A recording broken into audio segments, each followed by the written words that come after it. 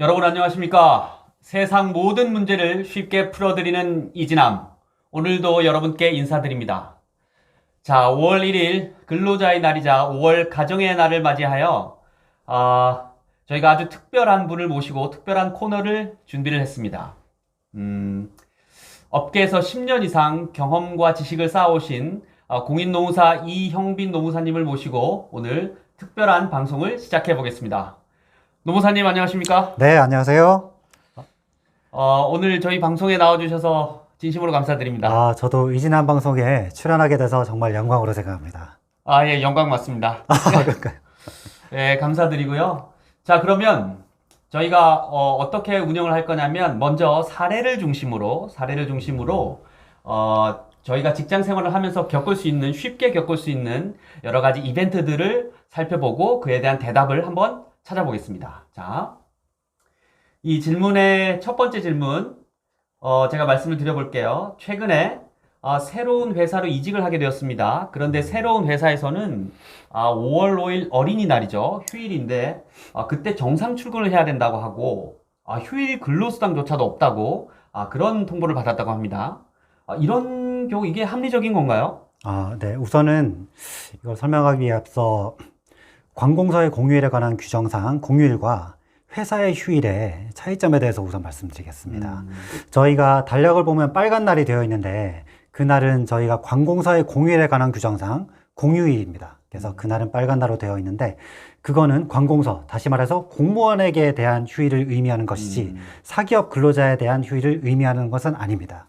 그런데 한편으로는 일반적인 회사들이 그 공휴일을 본인 그 회사의 휴일로 취업 규칙이나 이런 데서 명시를 하고 있기 때문에 빨간 날에 일반적으로 쉬게 되는 것이지 사기업에서 공휴일에 반드시 쉬어야 될 의무는 없는 부분이라서 이직하신 회사의 규정을 봐야 정확히 알 수 있겠지만 이직하신 회사의 취업 규칙이나 이런 부분에 공휴일을 휴일로 한다는 명시적 규정이 없으면 그 회사의 어떤 처사가 반드시 부당하다고 볼 수는 없는 상황입니다.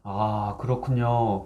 이게 저희가 통상적으로 알고 있는 그런 상식과는 조금 다를 수 있는 부분이네요. 그럴 수 있습니다. 네, 네. 저는 빨간 날 무조건 쉬는 게 좋아서 당연한 걸로 생각을 했었는데. 네. 그렇군요. 그러면 혹시 이게 뭐 회사 규모라든지 뭐 이런 거에 따라서는 상관이 없습니까? 네. 그 말씀해 주신 대로 최근에 근로기준법 개정으로 네. 이 관공서의 공휴일에 관한 규정상 공휴일이 일반 사기업에도 단계적으로 확대 적용되게 되어 있습니다. 네. 그래서 2020년 1월 1일 지금 현재 기준으로는 그 상시 근로자 수가 300인 이상인 그런 네. 사업장은 공휴일을 반드시 회사의 휴일로 법정하도록 되어 있습니다. 그래서 이직하신 회사가 300인 이상 규모를 가진 회사라면 그날을 그 어린이날을 반드시 휴일로 보장을 해야 되고요. 그날 근로를 제공했음에도 불구하고 휴일 근로 수당이 없으면 분명히 법 위반의 소지가 있습니다. 그렇군요. 네. 예. 그리고 단계적이라고 서두에 말씀드렸지만 내년 2021년 1월 1일부터는 30인 이상 사업장, 그 다음에 2022년 1월 1일부터는 5인 이상 사업장에도 모두 그 공휴일이 그 회사의 휴일로 강제가 되기 때문에 이런 부분도 참고 삼아 아시고 계시면 좋을 것 같습니다. 중요한 포인트네요. 네. 다시 그래서 쉽게 정리를 하면 네. 지금 현행법상으로는 300일을 기준으로 네. 300일 이제 넘으면 이상이면 그 공휴일이 맞고 맞습니다. 그 이하면 300인 이하면은 뭐 회사에 따라 조금 다를 수는 있을 거고 그렇습니다. 향후에는 그 30인 이상, 5인 이상 이렇게 네. 줄어들게 되는군요. 그렇습니다. 네, 알겠습니다. 네.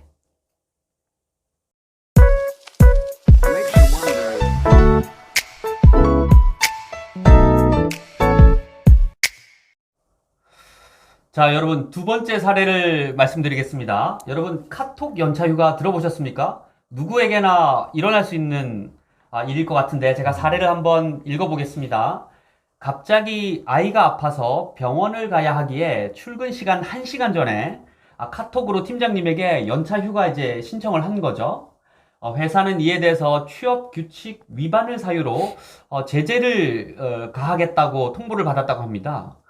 너무 가혹한 거 아닌가 싶기도 한데 이런 경우는 어떤가요? 저희가 연차휴가는 근로자가 신청한 시기에 부여하는 게 원칙입니다. 이걸 부여하지 않으면 처벌 규정도 있고 하기 때문에. 그런데 한편으로는 근로자가 연차휴가를 신청하는 절차를 회사 내부적으로 규정한 경우가 많습니다. 예를 들어서 3일 전에 연차를 신청해야 된다. 또는 하루 전에 연차를 신청해야 되고 그 절차는 사내 인트라넷을 통해서 신청해야 된다. 이런 회사들이 많기 때문에 그런 부분을 지키지 않음으로 인한 제재는 일부 생길 수가 있습니다. 하지만 연차휴가는 사업 운영에 막대한 지장이 없는 한 근로자가 신청한 시기에 주어야 되고 그거에 대해서 거부를 할 수 없기 때문에 이런 케이스라고 하더라도 그 날에 연차휴가를 부여할 수밖에 없지만 앞서 말씀드렸듯이 회사의 내부적인 그런 절차를 지키지 않음으로 인한 어떤 경고라든지 그런 부분은 감수하셔야 될 수 있습니다. 아, 그렇군요. 네. 네. 그런데 저희가 뭐 회사의 내부적인 징계라고 하더라도 이런 케이스 같은 경우에는 사실 아이가 아파서 불가피한 사유이기 때문에 회사에 대한 징계가 회사가 할 수 있는 징계가 뭐 경징계에 그칠 것이고 그 경징계도 뭐 정당하지 않다라고 볼 여지도 있는 그런 케이스입니다. 아, 그렇군요. 네. 아, 그래서 다시 정리를 하면 뭐 법적으로는 그 카톡으로 네. 급하게 네. 연차휴가를 신청하는 것도 가능은 하지만 네. 회사 내규를 잘 살펴보아서 회사의 상황에 따라 좀 달라질 수 있다. 네. 이렇게 볼 수 있겠네요. 네, 그렇습니다. 네, 알겠습니다. 네.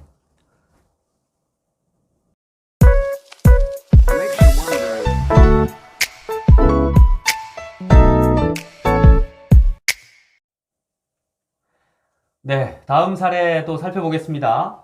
자, 이것 또한 누구에게나 일어날 법한 얘기인 것 같습니다. 자, 아내가 자동차로 출근하던 도중 교통사고를 당했습니다. 5일 정도 입원을 하게 됐는데 남편인 저는 연차 휴가가 3일밖에 남지 않았습니다. 그런데 아이도 등교시켜야 되고 간호도 해야 되는데 5일간 입원을 해야 되는데 3일밖에 연차 휴가가 남지 않은 상황. 이런 경우는 뭐 구제받을 길이 있을까요? 네. 이런 케이스에서는 아내의 간호와 자녀의 양육을 위해서 5일의 휴가가 필요한 상황인데 연차가 3일밖에 남지 않은 상황입니다. 이런 상황에서는 저희가 최근에 개정된 법을 소개시켜 드리는 게 좋을 것 같습니다. 2020년 1월 1일부터 남녀 고용 평등 및 일가정 양립 지원에 관한 법률 개정으로 인해서 가족 돌봄 휴가 제도라는 제도가 생겼습니다.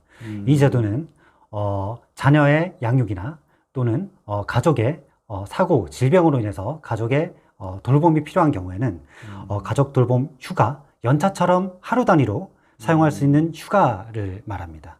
이건 연간 최대 10일 동안 쓸 수 있고요. 근데 연차 휴가의 차이점은 이 가족 돌봄 휴가는 무급이라는 점입니다. 네, 그래서 이거를 쓴 날은 급여를 받으실 수는 없지만 어쨌든 이런 돌발적인 상황에서 연차 휴가가 남아있지 않은 그런 상황에서는 가족 돌봄 휴가 제도를 활용하시면 이런 경우에 대처를 하실 수 있을 것 같습니다. 아, 그렇군요. 이게 네. 올해 2020년도에 그렇습니다. 개정된 법이군요. 네, 시행된 지 5개월밖에 되지 않았습니다. 그렇군요. 굉장히 이런 제도가 있는 줄은 몰랐습니다. 정말 큰 도움이 되시기를 바랍니다. 가족 돌봄 휴가 제도가 있다는 점 여러분 기억해 주셨으면 좋겠습니다.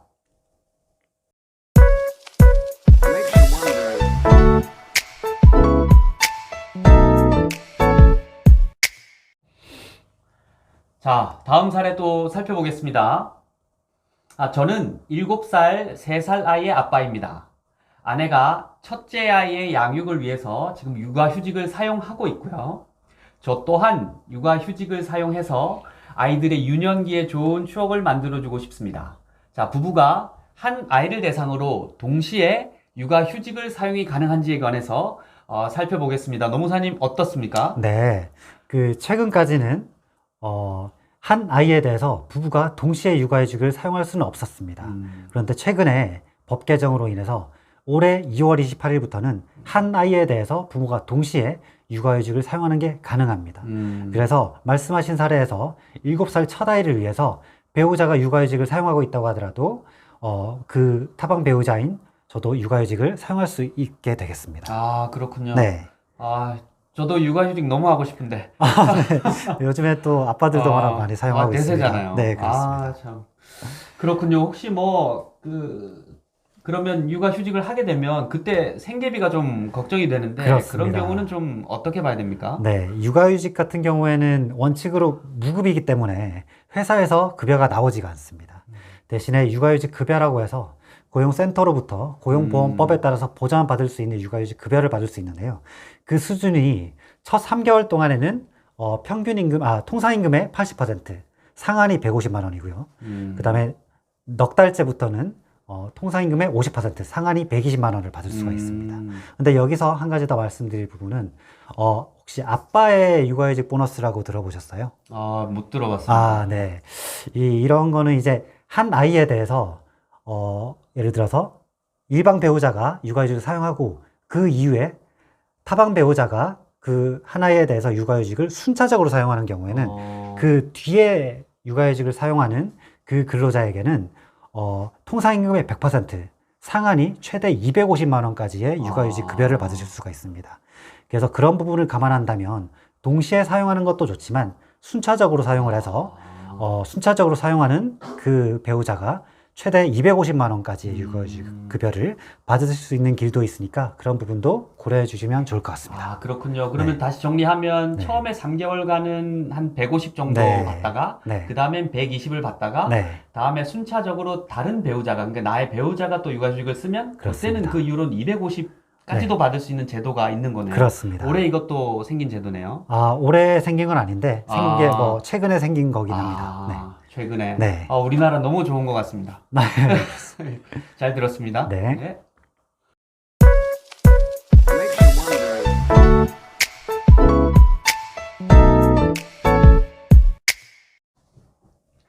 자, 다음 사례 또 살펴보겠습니다.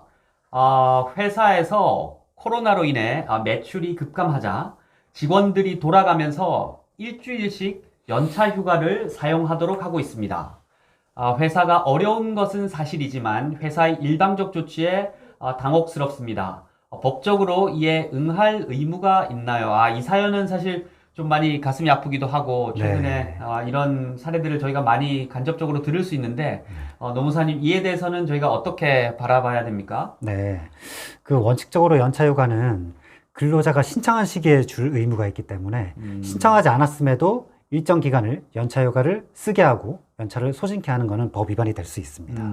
그래서 이런 케이스에는 원칙에 따르면 사용자의 사정에 따라서 휴업을 하는 거기 때문에 휴업수당을 지급하면서 휴업을 하게 해야 됩니다. 그게 원칙이고 휴업수당은 평균임금 70%가 원칙입니다.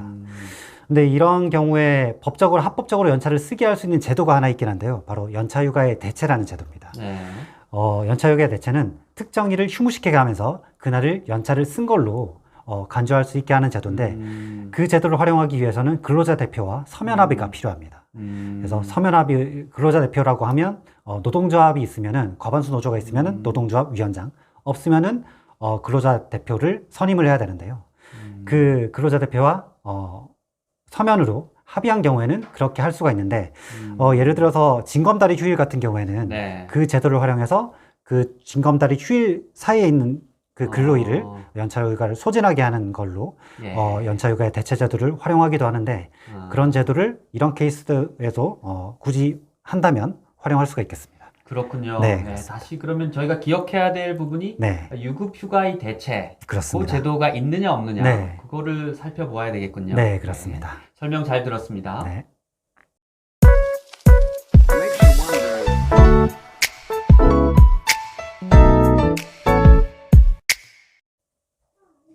자, 다음 사례 또 살펴보겠습니다.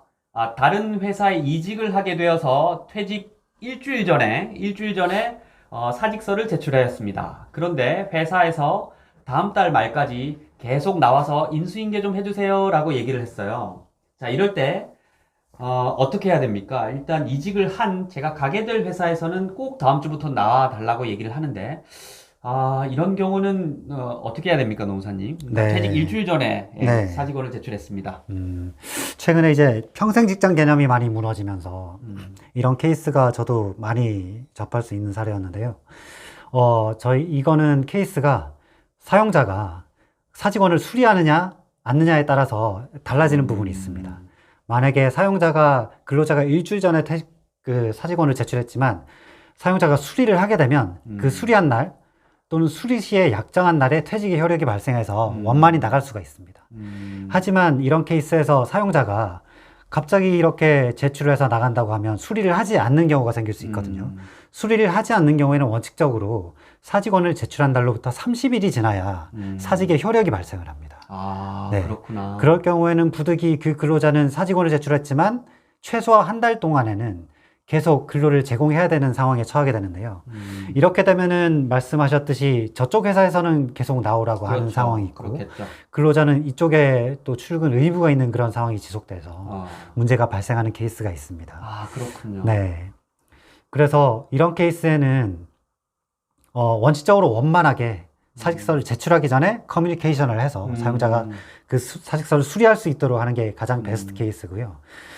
부득이 사용자가 사직원을 수리하지 않아서 이런 케이스에는 한편으로는 또 사용자가 근로자에게 근로를 강제할 수는 없습니다. 저희가 원칙적으로 강제 근로는 금지되어 있기 때문에 이쪽 회사에서 안 놔준다고 해서 그쪽에 반드시 근로를 제공해야 될 의무가 생기는 건 아니기 때문에 이런 경우에는 이 원래 다니던 직장에서는 부득이 근로를 종료를 하고 새로운 직장에 나가는 길을 택하는 근로자가 아무래도 많이 발생을 하게 되겠죠. 그런 경우에는 저쪽 이전 회사에서는 퇴직이 된 게 아니기 때문에 이 근로자는 무단결근이 되는 겁니다. 그렇겠죠. 네, 그렇습니다. 무단결근이 될 경우에는 이 근로자가 퇴직했을 때 받을 수 있는 퇴직금을 산정할 때 저희가 퇴직금을 퇴직하기 이전 3개월 동안 받은 임금을 기준으로 그렇죠. 하지 않습니까? 예, 예. 그런데 이렇게 무단결근의 상황이 발생하게 되면 아, 퇴직금에 있어서 불이익이 발생할 수가 있습니다. 아, 그렇군요. 네, 그래서 퇴직금에 불이익이 발생할 수도 있는데 한 가지 이제 법에서 보완 장치를 마련해 둔 게 이런 무단결근으로 인해서 퇴직금이 급감하는 경우에 이런 경우에는 평균 임금이 통사임금보다 또 하락하게 되는 경우에는 통사임금을 기준으로 평균임금을 계산하게 되어 있어서 무단결근 기간에 이런 케이스 같은 경우에는 3주일 이렇게 발생하더라도 퇴직금이 통사임금 이하로는 저하되지 않도록 그렇게 법적인 보완 장치가 마련되어 있습니다. 그렇군요. 네, 그래서 이 부분은 사실은 근로자의 어떤 권리나 이런 부분도 중요하지만 사용자가 사업을 영위하는 부분도 중요하기 때문에 웬만하면 가급적 미리 공지를 해서 이런 케이스가 발생하지 않도록 서로 조율을 하는 게 가장 중요하지 않나 싶습니다. 아, 그렇군요. 네. 그럼 다시 정리를 하면 가장 이제 원만한 합의가 네. 가장 좋은 케이스인 것 같고. 그렇습니다. 근데 뭐 설사 사실 일주일 전에 제출을 했다 하더라도 네. 사직서를 제출해도 네, 회사에서 그것을 수리를 하면 네. 오케이를 하면 괜찮은데 맞습니다. 설사 수리를 안 한다 하더라도 네. 한 달 정도, 한 달 이후에는 무조건 이제 수리가 되도록 그렇게 제도적으로 마련이 돼 있다. 그렇습니다. 아, 이렇게 보면 되겠네요. 네, 그렇습니다. 네.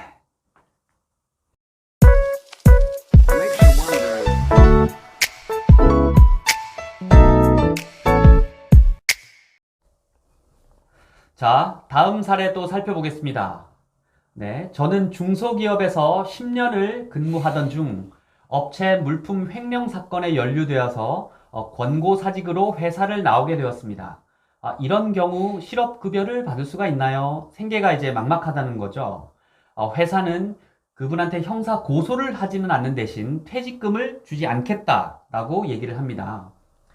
뭐 본인은 확실하지는 않지만 어쨌든 분란을 이제 만들고 싶지 않고 불명예스러운 퇴직을 좀 하고 싶지 않다 보니 그냥 나오기는 했는데 어쨌든 생계를 생각하면 마음이 막막한데요. 예, 다시 정리를 하면 어떤 횡령 사건에 연루되어서 권고사직으로 회사를 나오게 된 경우 이런 경우에는 다른 구제 방법이 있을까요? 네, 이런 경우에는 뭐 예를 들어서 편의점에서 일을 하고 있는데 대금에 대해서 금품이 없어진다든지 그런 경우에 이런 케이스가 발생하는 경우를 저도 본 적이 있습니다. 네. 이런 경우에는 우선 두 가지로 말씀드리면은 첫 번째 퇴직금에 대해서 말씀드리겠습니다. 퇴직금은 심지어 근로자가 회사에 대해서 해를 끼치거나 금전적 손해를 발생케 했더라도 퇴직금은 반드시 지급을 해야 됩니다. 그렇기 때문에 이런 케이스에서도 비록 횡령건으로 연루가 되어서 권고사직을 당하게 된 경우지만 퇴직금은 100% 전액을 받아야 되고 회사에 끼친 손해액이 있더라도 그거를 상계해서 지급할 수는 없습니다. 그래서 퇴직금은 전액 받으실 수가 있습니다.